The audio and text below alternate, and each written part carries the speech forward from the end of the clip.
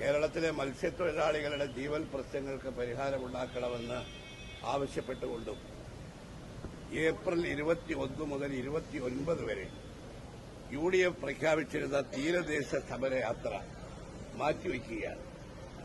നിലമ്പൂർ ഉപതെരഞ്ഞെടുപ്പിന്റെ പ്രഖ്യാപനം ഉടനുണ്ടാവും എന്നതിന്റെ പശ്ചാത്തലത്തിൽ തെരഞ്ഞെടുപ്പിന് ശേഷം ഈ സമരയാത്രയുടെ തീയതി പിന്നീട് പ്രഖ്യാപിക്കും. കടൽമണൽ ഖനനത്തിന് കേന്ദ്ര ഗവൺമെന്റ് ഉത്തരവ് പിൻവലിക്കുക, തീരദേശ ഹൈവേയുമായി ബന്ധപ്പെട്ടുള്ള പ്രശ്നങ്ങൾ ഉൾപ്പെടെ മത്സ്യത്തൊഴിലാളികളുടെ ജീവൽ പ്രശ്നങ്ങൾക്ക് പരിഹാരമുണ്ടാക്കുക, അതിന് സംസ്ഥാന ഗവൺമെന്റാണ് മുൻകൈയെടുക്കേണ്ടത്. ഈ ആവശ്യങ്ങൾ ഉന്നയിച്ചുകൊണ്ടാണ് ഈ സമരയാത്ര പ്രഖ്യാപിച്ചത്. കേരളത്തിലെ എല്ലാ ജില്ലകളിലും അതിന്റെ മുന്നൊരുക്കങ്ങൾ നടന്നു കഴിഞ്ഞു.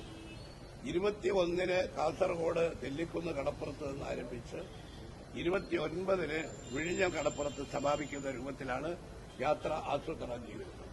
എന്തായാലും തെരഞ്ഞെടുപ്പിന് ശേഷം യാത്രയുടെ പുതിയ തീയതി പ്രഖ്യാപിക്കും. എന്നാൽ ഈ തിരുവനന്തപുരത്ത് മുതലപ്പൊഴി, ആ കാര്യത്തിൽ ഇന്നലെ തിരുവനന്തപുരം DCCയിൽ കൂടിയ UDF ജില്ലാ യോഗം മുതലപ്പൊഴിയുടെ കാര്യത്തിൽ സംസ്ഥാന സർക്കാരിന്റെ അലംഭാവത്തിനും അനാസ്ഥയ്ക്കുമെതിരെ അടിയന്തര പരിഹാരം ഉണ്ടാക്കണമെന്നാവശ്യപ്പെട്ടുകൊണ്ട് അനിശ്ചിതകാല സമരം പ്രഖ്യാപിച്ചിരിക്കുകയാണ്. ഇപ്പോൾ അവിടെ നടക്കുകയാണ്. ഈ പൊഴി അടഞ്ഞു, മണൽ കൊണ്ട് മണൽ മൂടി പൊഴി അടഞ്ഞത് കാരണം കഴിഞ്ഞ ഒരു മാസക്കാലത്തിലേറെയായി മത്സ്യബന്ധനം നടക്കുന്നില്ല. കാരണം ഈ ജലപാത കംപ്ലീറ്റ് മണൽത്തിട്ടയായി മാറിയിരിക്കുന്നു. ഡ്രഡ്ജിംഗ് ആരംഭിച്ചിട്ടുണ്ടെങ്കിലും അത് വളരെ സാവധാനത്തിലാണ്. ഇതൊക്കെ വളരെ നേരത്തെ മത്സ്യത്തൊഴിലാളികൾ മുന്നറിയിപ്പ് നൽകിയതാണ്. കഴിഞ്ഞ കുറെ കാലമായി മുതലപ്പൊഴിയിൽ ഇടയ്ക്കിടെ ഉണ്ടാകുന്ന അപകടങ്ങൾ, ബോട്ട് മറിഞ്ഞ ആളുകൾ മരിക്കുന്നത് നിത്യസംഭവമായിട്ടും ഇതിന് ശാശ്വതമായ പരിഹാരമുണ്ടാക്കുമെന്ന് ഗവൺമെന്റ് പ്രഖ്യാപിക്കുന്നതല്ലാതെ ഇതുപോലുള്ള അടിയന്തര സാഹചര്യങ്ങളിൽ അടിയന്തര നടപടി സ്വീകരിക്കുന്നില്ല.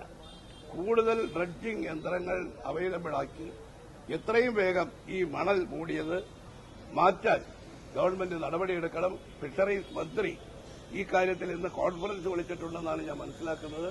പക്ഷെ കോൺഫറൻസ് കൊണ്ടൊന്നും ഈ പ്രശ്നം പരിഹരിക്കില്ല. അടിയന്തര ഡ്രഡ്ജിംഗ് കൊണ്ട് മാത്രമേ സാധിക്കൂ. അക്കാര്യത്തിൽ മുതലപ്പൊഴിയിലെ മത്സ്യത്തൊഴിലാളികൾ ഇന്ന് അനുഭവിക്കുന്ന ദുരിതത്തിന് പരിഹാരമുണ്ടാക്കാൻ വേണ്ടി UDF സമരരംഗത്ത് ഇപ്പോഴുണ്ട്.